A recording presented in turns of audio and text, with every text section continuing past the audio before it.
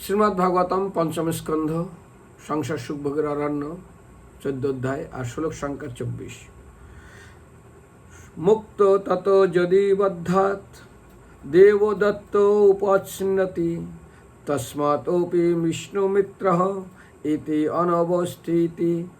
অর্থাৎ অনুবাদ, বদ্ধজীব যদি অপরের দ্রব্য অপহরণ করে কোনো প্রকারের দণ্ডভোগ থেকে রেহাই পায়, তাহলে দেবদত্ত নামক কোনো ব্যক্তি তাকে প্রতারণা করে তার ধন ছিনিয়ে নেয়। এইভাবে ধন কখনো এক স্থানে থাকে না, তা হস্তান্তর থেকে হস্তান্তর হয়। শ্রমে কেউ ধন সম্পত্তি ভোগ করতে পারে না এবং তার সর্ব অবস্থাতেই ভগবানের সম্পত্তি থাকে। এই শব্দটা শোনার পরে অনেকের মনে একটু সন্দেহ হবে যে আপনি বলছেন প্রভু ভগবানের সম্পত্তি ভোগ করতে পারে না। এখন প্রশ্ন হলো না, কারণ ধনাদি গেহে ধনের 3টা গুণ হয়। টাকা পয়সা ধন দৌলত কোনো ব্যক্তির গেহে মানে গৃহে থেকে যায়, আর শরীর দিয়ে যে ভোগ করবে শরীরের 3টা গতি। যেমন আমাদের কি হয়, এই শরীর যখন মারা যায় এটা কীট ভোগ করে। অর্থাৎ যখন কোথাও মারা যায়, যখন প্রাণীরা এক হলো প্রাণীরা ভোগ করে, অর্থাৎ বিভিন্ন প্রাণীরা খেয়ে তার পেটে রাখে না, মল করে ফেলে দেয়, কারণ শরীর দিয়ে ভোগ করবে তো। আর যদি কোথাও মরে যায় তা পোকামাকড়ে খেয়ে নেয়। আর একটা হলো মাটির নিচে চলে যায়। তো সেই জন্য এই শরীরই যদি না থাকে তা কে ভোগ করবে? সেই জন্য এখানে বলছে কেউ এই ধন সম্পত্তি ভোগ করতে তার সর্ব অবস্থাতে ভগবানের সম্পত্তি থাকে। একে কেন্দ্র করে বলি মহারাজ আর বামন দেবের যখন কথা হচ্ছে তখন আমরা দেখি বলি মহারাজ বলছে, কাকে বলছেন বর নিতে প্রভু? বামনদেব ভগবান বলছে, আমার হিরণ্যকশ্যপ হিরণ্যাক্ষ তাদের দেখেছি সারা পৃথিবীর ত্রাহি সম্পদ।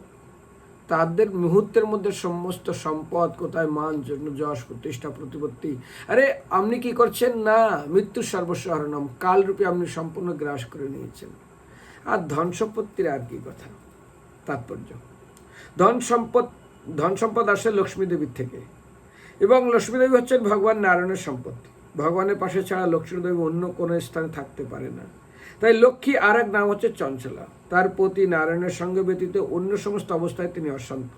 যেমন রাক্ষসরা রাবণ ভগবান শ্রী রামচন্দ্রের লক্ষ্মী সীতাদেবীকে অপহরণ করে নিয়ে যান।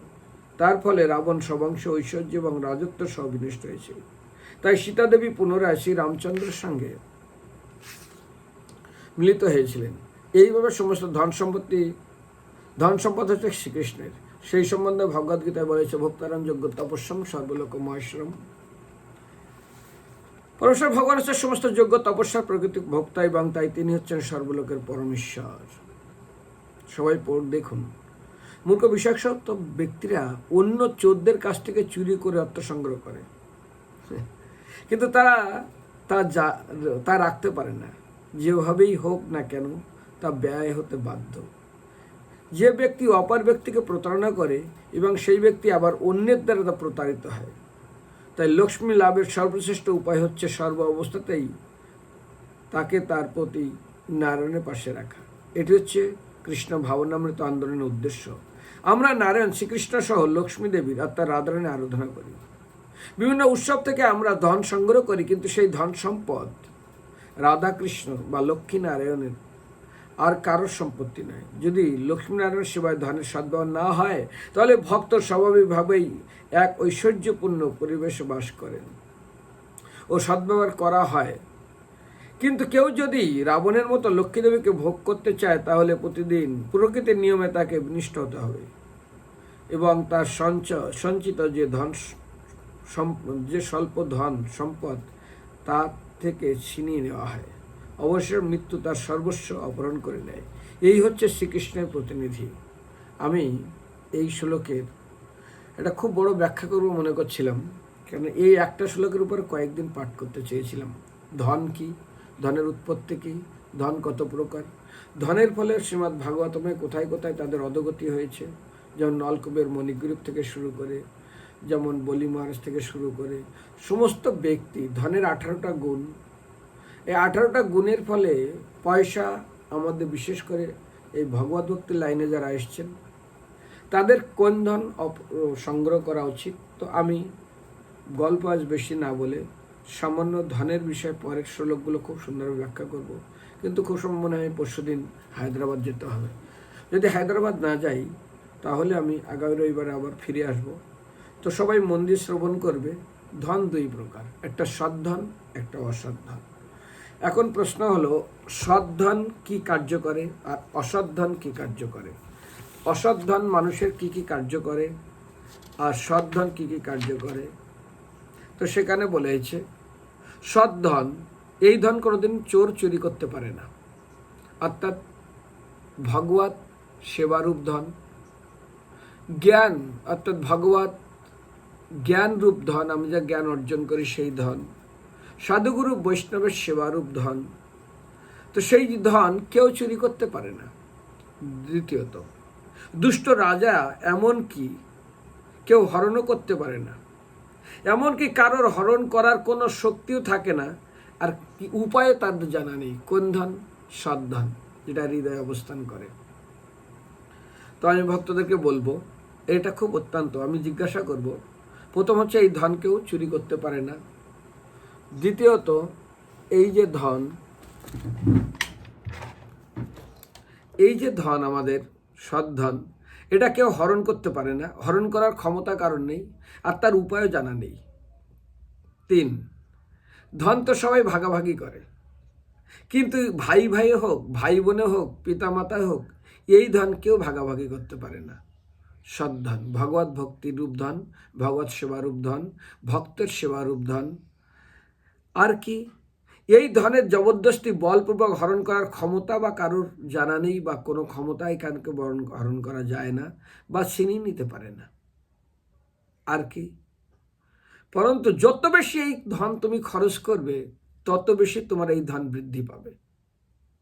5, মনে রাখবে, এই ধন কেউ জবরদস্তি তো বলপূর্বক ছিনাতে পারে না। কিন্তু একজন একবার শুধু এই ধন শ্রবণ করে ছিনিয়ে নেয়, সেটা হলো কুসঙ্গ। আর কারা ছিনিয়ে নেয়? কাম, ক্রোধ, লোভ, মদ, মাৎসর্য। এই যে এগুলো কি হয় না, এগুলো ভগবত ভক্তিরূপ ধন, কৃষ্ণ প্রেমরূপ ধনকে ছিনিয়ে নেয় এরা। কারা? যারা অন্তর, ভিতরের বাইরের শত্রু না, ভিতরের শত্রু। কাম, ক্রোধ, লোভ, মোহ, মদ, অভিমান সহ জীবনের ধন হরণ করি, অসৎ চেষ্টার রজ্জুবাসে প্রতিকার ধর্মরাসে প্রাণ লিয়ে করে কষাকষি। তো এই ধন আজ পর্যন্ত এই ভগবত সেবারূপ ধনকে হরণ করে। কে কে হরণ করে? চক্ষু, দৃষ্টির মাধ্যমে অজামিল বিল্লমঙ্গলের হলো, কানের মাধ্যমে, শ্রবণের মাধ্যমে, ঘ্রাণের মাধ্যমে। এটা হচ্ছে ভগবত ধনও সমাপ্ত হয়ে যায়। একটু মাত্র দৃষ্টি দিতেই যেমন অজামিল কোথায় চলে গেল।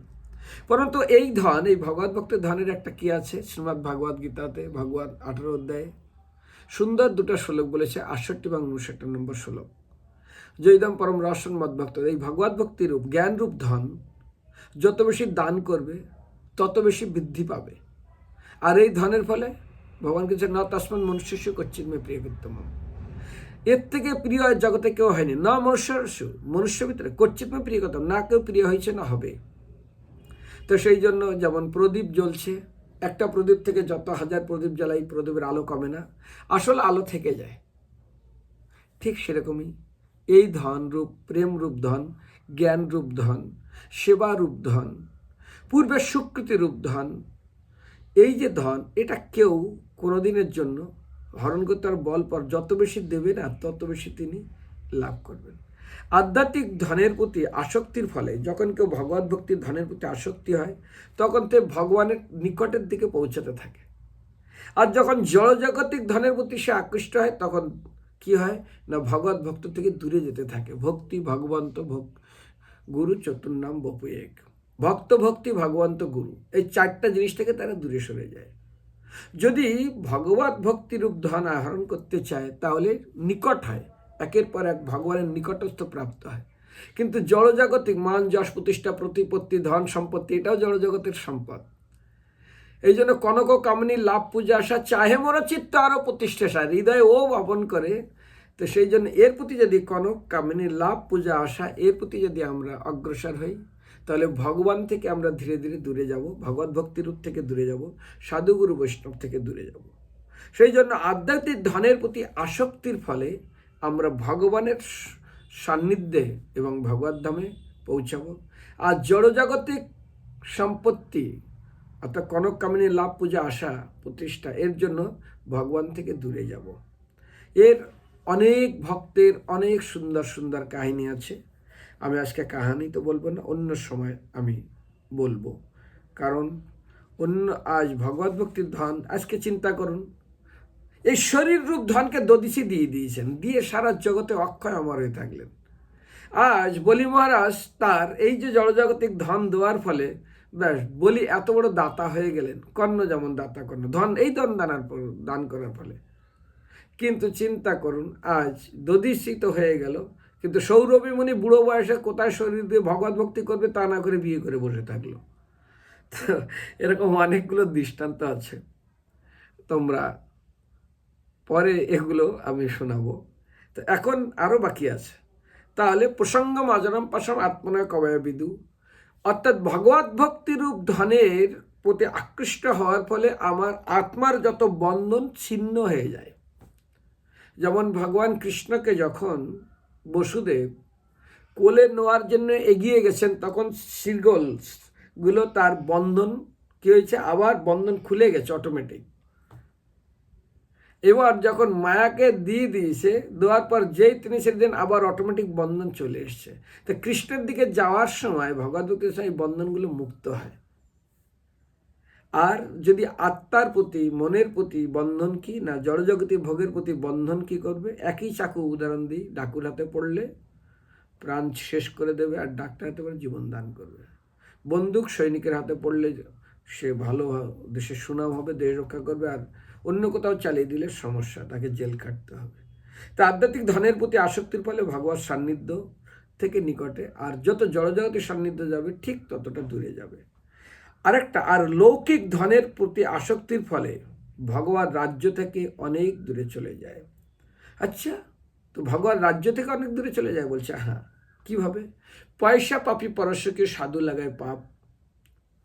কারণ ধনের 18টা অবগুণ আমি বলেছিলাম। ধন অর্থাৎ বিষয়ের উৎপত্তি কোথায়? হলাহল সমুদ্র মন্থন করছিল, তখন লক্ষ্মীর উৎপত্তি হয়েছে।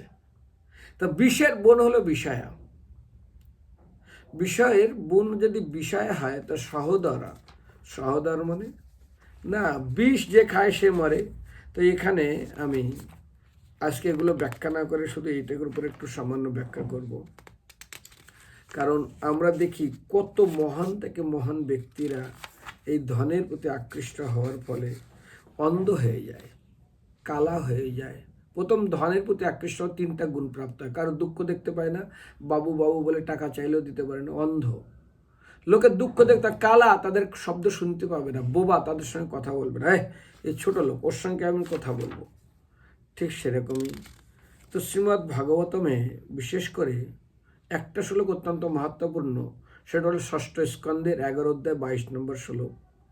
সেখানে বলা হয়েছে, পুংসম কিল একান্ত ধীমম সকরুণম যশ সম্পদা দেবী ভূমৈ রসয়ম নরতি যদ্দেশ উদ্যোগ অভিমদ কলি বসনম।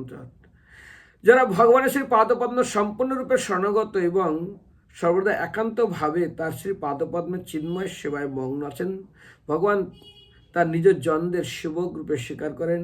আর স্বর্গ, মর্ত্য এবং পাতালে যে সম্পদ রয়েছে সেই সম্পদ তিনি তাদের দান করেন না। কারণ এই জগতে ঐশ্বর্যের ফলে প্রথমত শত্রুতার বৃদ্ধি করে, ধন প্রাপ্তি হওয়ার ফলে মানসিক উদ্বেগ সৃষ্টি করে। ধনের গর্বে গর্বিত হওয়ার প্রতিশোধ সবার ভিতরে থাকে। ধন অপহরণ বা নষ্ট হয়, অত্যন্ত মানসিক কষ্ট পেতে হয়। ধনের ফলে অহংকারের বশে সত্তার অধিকার, সত্তা মানে পদের অধিকারের জন্য কলহ সৃষ্টি থাকে। ধন সম্পত্তি বৃদ্ধির লোভ দিন দিন বাড়তে থাকে। সেই সম্পদ বাঁচিয়ে রাখার জন্য অত্যন্ত বহুসারের চেষ্টা প্রয়াস করতে হয়, রাত্রে ঘুমও হবে না। সেই সম্পদ হারানোর ভয় সবসময় মনের ভিতরে জাগৃত থাকে। সেই সম্পদ হারানোর ফলে গভীর কষ্ট পেতে হয় এবং বহুত কষ্টের মধ্যে তাকে দিন যাপন করতে হয়। তবে ভগবান এই জন্য ভক্তদের ধন সম্পদ দেন, কারণ ধন জড় ধন সম্পদ সঞ্চয় করতে হলে মানুষের কঠোর পরিশ্রম করতে হয়, এবং যখন তা লাভ হয় বহুত শত্রুতার সৃষ্টি হয়, এবং তার ফলে এই জড়জগতে সর্বদাই বিদ্বেষপূর্ণ উদ্বেগের সৃষ্টি করে। কেউ যখন ধন লাভ করে তার ফলে তার বন্ধু বান্ধব আত্মীয় স্বজনেরা তার প্রতি ঈর্ষাপরায়ণ হয়ে পড়ে এবং শ্রীকৃষ্ণ একান্ত ভক্তদেরকে এই জন্য সেই ধন তিনি দিতে চান না। এই জন্য সনাতন গোস্বামীর ইতিহাস আমরা দেখি, তিনি স্বর্ণমোহরকে নিয়ে কী করেছিলেন। এবং আমি বলেছিলাম সুন্দর গল্প, এইটার পরে আমি দু একটা গল্প শোনাবো। আমরা বৃন্দাবনে চৈতন্য বট বলে একটা বট আছে, যেখানে তিনি সাধন ভজন করতেন। আমি তাকে দর্শন করেছি। তার কিছু ধন সম্পদ থাকে, তিনি গোসাই রেখে দেন এবং সেই ধন সম্পদ তার শিষ্য রাত্রে আসে। সেটা বড় কাহানি, আমি অন্যদিন সব শোনাবো। তার মেয়ের জন্য কিছু ধন সম্পদ তার মেয়ের বিয়ে দেবে, শিষ্যকে দিয়েছে গুরুদেব। দেওয়ার ফলে গুরুদেব টাকা চায়, ও লোকটা দেবে না। একদিন রাত্রি সে স্বয়ং শিষ্য 4-5 জনকে নিয়ে এসে স্বয়ং তাকে কেটে বস্তায় পরে তাকে ফেলে দেয়, পরে ধরা পড়ে। এক সামান্য গুরু সামান্য কিছু পয়সা কাঠের ট্যাঙ্কে রাখার ফলে তিনি আসেন বৃদ্ধ। আর কতদিন, 5-6 মাস বাঁচবে না, 2-3 মাস। একজনই শিষ্য করেছেন। শিষ্য লোভের প্রতি গুরুদেবকে রাত্রে ঘুমন্ত অবস্থায় তাকে খুন করেছেন আর কান্নাকাটি করছিলেন। তো এইরকম হাজারো দৃষ্টান্ত। তো পয়সা পাপি পরশুকে সাধু লাগায় পাপ, বিমুখ করে গুরু ইষ্টতে উপয়ায় সন্তাপ। গুরুদেব আছেন, তার সেবা ভাবনা হলে তার ধন সম্পদ হরণের জন্য তিনি চেষ্টা করলেন। আর কি করলেন না, আর এদিকে মেরে দিলেন, বস্তায় পুরে দিলেন। প্রায় জায়গায়, বৃন্দাবনে না সব জায়গায় দেখা গেছে এই ধন সম্পত্তির জন্য কলহ, যের জন্য গৌড়ী মঠ 3 দিনের জন্য সমাপ্ত হয়ে গেছেন। ভক্তি সিদ্ধান্ত প্রভুপাদ বলেছিলেন, উপজয় সন্তাপ জ্ঞান বৈরাগ্য বিগাড়ই। সন্তাপ মানে অত্যন্ত কষ্ট দেয়। জ্ঞান, আপনার ভিতরে কি জ্ঞান আছে, কি আছে, জ্ঞান বিজ্ঞান সম্পূর্ণ আপনাকে সমাপ্ত করে দেবে। জ্ঞান বৈরাগ্য, জ্ঞান বিজ্ঞান বিগাড়ই, বিগাড় মানে সম্পূর্ণরূপে নষ্ট করে দেবে। তো সেই জন্য উপাজয় সন্তাপ আর জ্ঞান অর্থাৎ বৈরাগ্য দুটাই সমাপ্ত করে। তাহলে করে কি, কাম ক্রোধ মদ লোভ মৎসর্য শৃঙ্গারই। যেমন একজন নারী খুব সুন্দর শৃঙ্গার করে, ঠিক ভালো ভালো দামি দামি ঘড়ি, দামি দামি মোবাইল, দামি দামি পোশাক, আয়রন করা কাপড়, ভালো ভালো গাড়ি। আরে মহাপ্রভুর সমস্ত ভক্তরা ছিল করোড়পতি। মহাপ্রভুর সান্নিধ্যে আসার পর রোডপতি হয়েছে। কিন্তু প্রভুপাদের এক বিশেষ কৃপা, তার প্রতি আমরা ছিলাম। আমাদের জীবনে প্রশ্ন হয়েছিল কয়েকদিন আগে, আমাদের একটা সেমিনার হয়, এই আধ্যাত্মিক জীবনে যে কতদিন কে টেকে আছে, কেন টেকে আছে, তার পূর্বের রহস্য কী আছে, আপনার এত বছর আশ্রমে কী করে টেকে আছেন। আমাদের ব্রহ্মচারী উৎসবে প্রশ্ন করা হয় এবং সেই প্রশ্ন এক একজন তার এক একটা অনুভূতি জানায়। এবং যারা খুব 40 বছর 45 বছর ধরে এই আধ্যাত্মিক লাইনে টেকে আছে, তাদের অনুভূতি এবং কেন টেকে আছে সেই কারণ জিজ্ঞাসা করা হয়। আর যারা অল্প দিন এসছে তাদেরকে আলাদা ব্যাপার। তো সেখানে বলা হয়েছে, কাম ক্রোধ লোভ মোহ মদ মৎসর শৃঙ্গারই। আমার কোনো একজন শিক্ষাগুরু, তাকে সন্ন্যাস নিতেই হবে। গুরুদেব নিষেধ করলো কয়েকদিন ওয়েট করো, না তিনি ওয়েট করলেন না। তিনি গুরু ত্যাগ করে দিয়ে চলে গেলেন। আমার সন্ন্যাস লাগবে। সন্ন্যাস কিসের জন্য লাগবে? সম্মানের জন্য, সবাই প্রণাম করবে। তো সেই জন্য। আর আমি একটা উদাহরণ দিয়েছিলাম, একজন ব্যক্তির 4 জন স্ত্রী।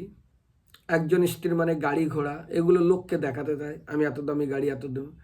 আরেকটা স্ত্রী হলো সে কি না, তার ঘর বাড়ি এত সুন্দর সাজাবে, এত সুন্দর সোফা সেট করবে, এই করবে সেই করবে।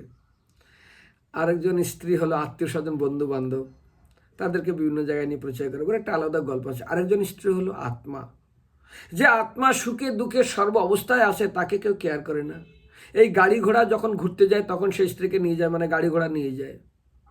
আরেকজন স্ত্রী হলো, সে হলো ঘর বাড়ি, লোককে দেখাতে চায় আসুক আমার বাড়িতে সাজানো আছে।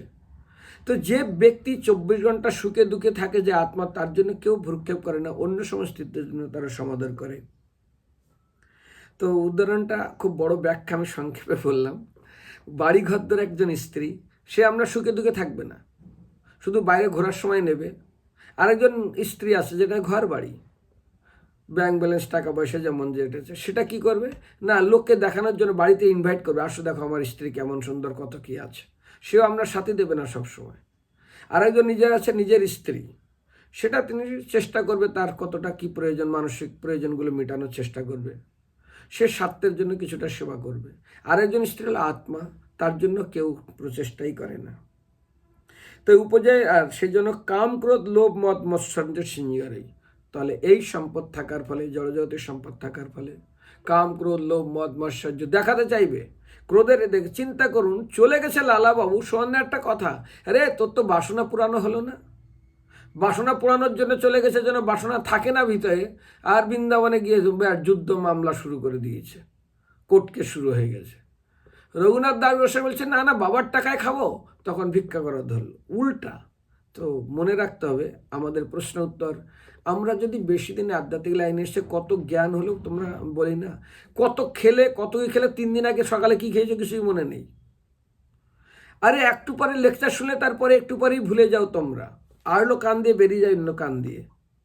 কিন্তু আধ্যাত্মিক লাইনটা কিভাবে, কে কতটা, তার গোপন রহস্যকে এতদিন টিকে থাকার, তার উদ্দেশ্য হলো কি, আপনি পরীক্ষার খাতায় যাচ্ছেন। আমি একটা উদাহরণ দিয়েছিলাম, একজন লোক শিয়ালদা স্টেশনে যাবে, হয়তো আরজিকল হসপিটালে কেউ ভর্তি আছে, তার অপারেশনের ডেট আছে সকাল 9টা, এমন সময় বর্ষাকালে যাচ্ছেন, জুলাই মাসে বৃষ্টি হয়েছে, তাড়াতাড়ি ট্রেনটা ধরতে হবে, না গেলে সই করতে হবে, সই করার পরে তার অপারেশনে ওটিতে ঢুকবে, সেখানে অপেক্ষা করছে সবাই, ভাই তাড়াতাড়ি আসো ফোন করছে।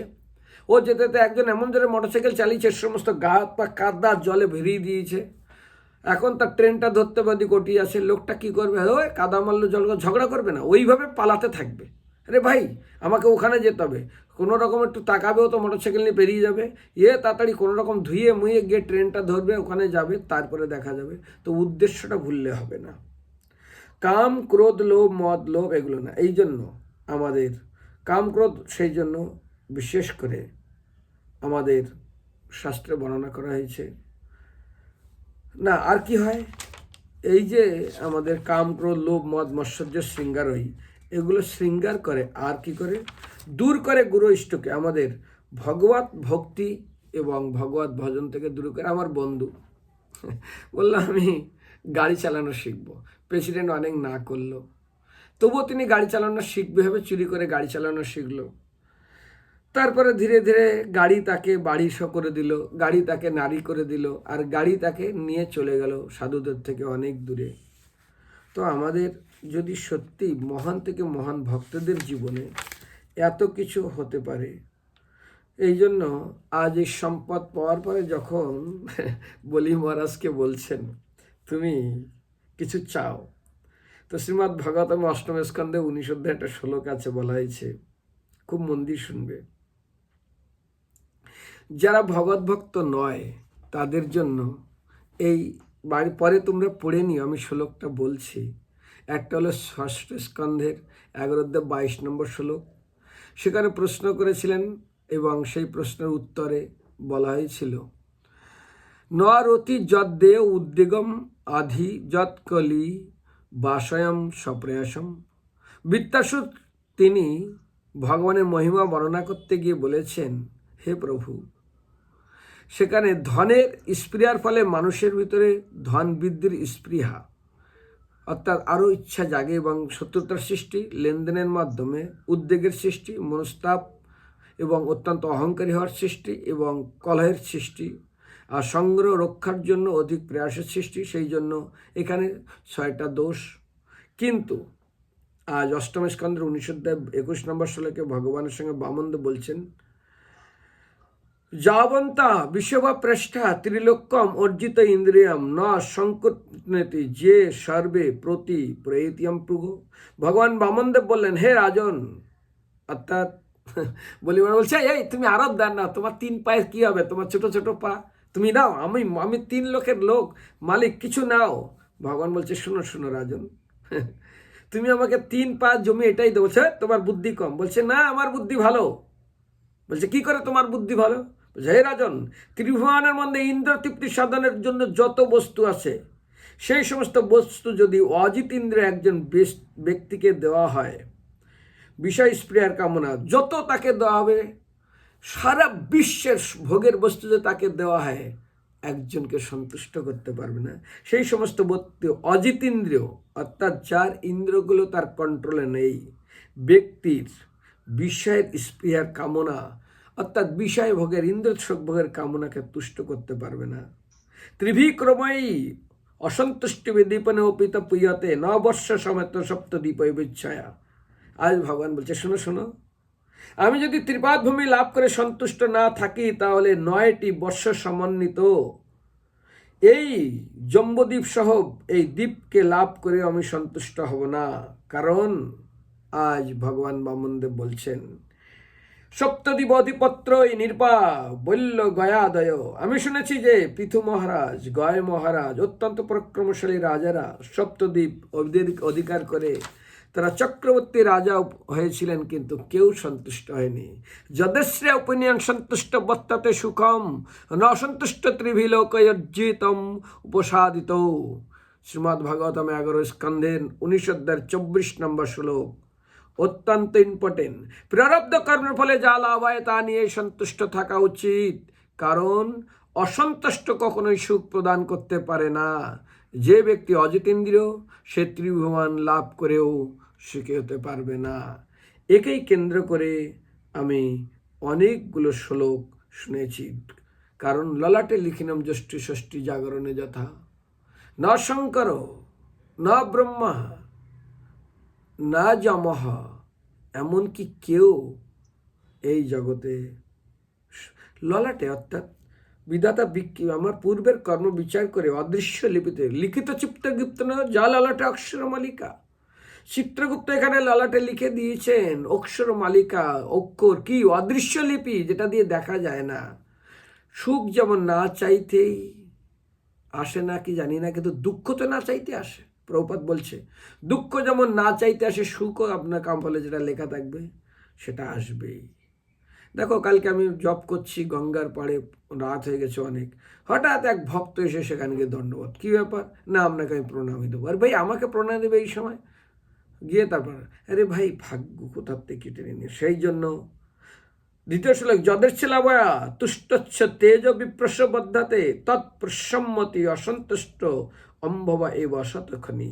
হে রাজন, আজ ভগবান বলছেন বামনদেব, যে ব্রাহ্মণ সদিচ্ছাক্রমে লব্ধ বস্তুর দ্বারা সন্তুষ্ট হয় না, তার তেজ ক্রমশ নষ্ট হয়।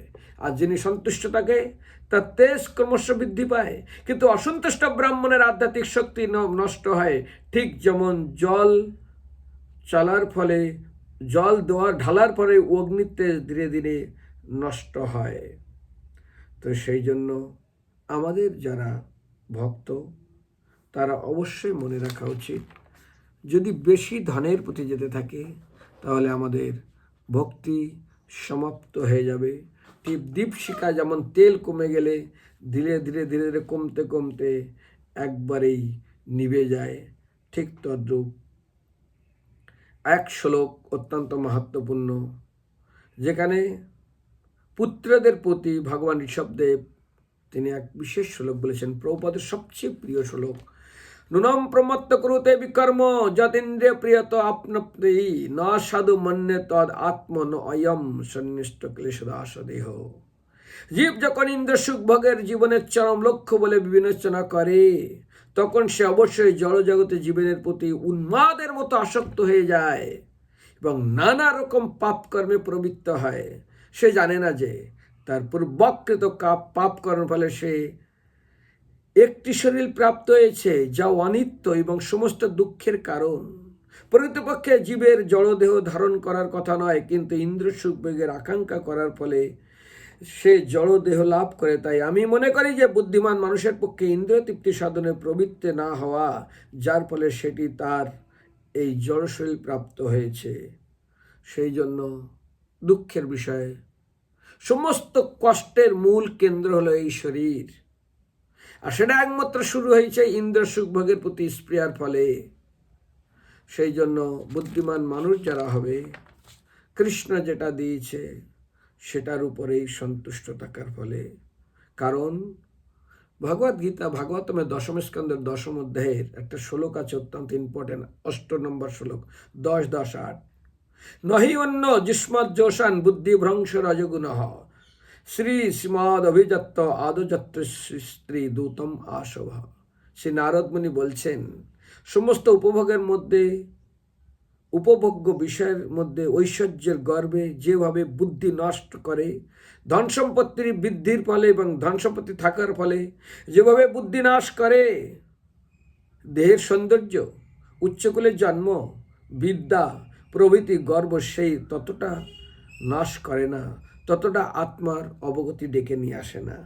অশিক্ষিত ব্যক্তি কখনো ধর্মদে মত্ত হয়ে হয় স্ত্রী সম্ভোগ, দ্রুতক্রিয়া, নেশা এই সমস্ত কাজে তারা কি হয় না যুক্ত হয়ে যায়।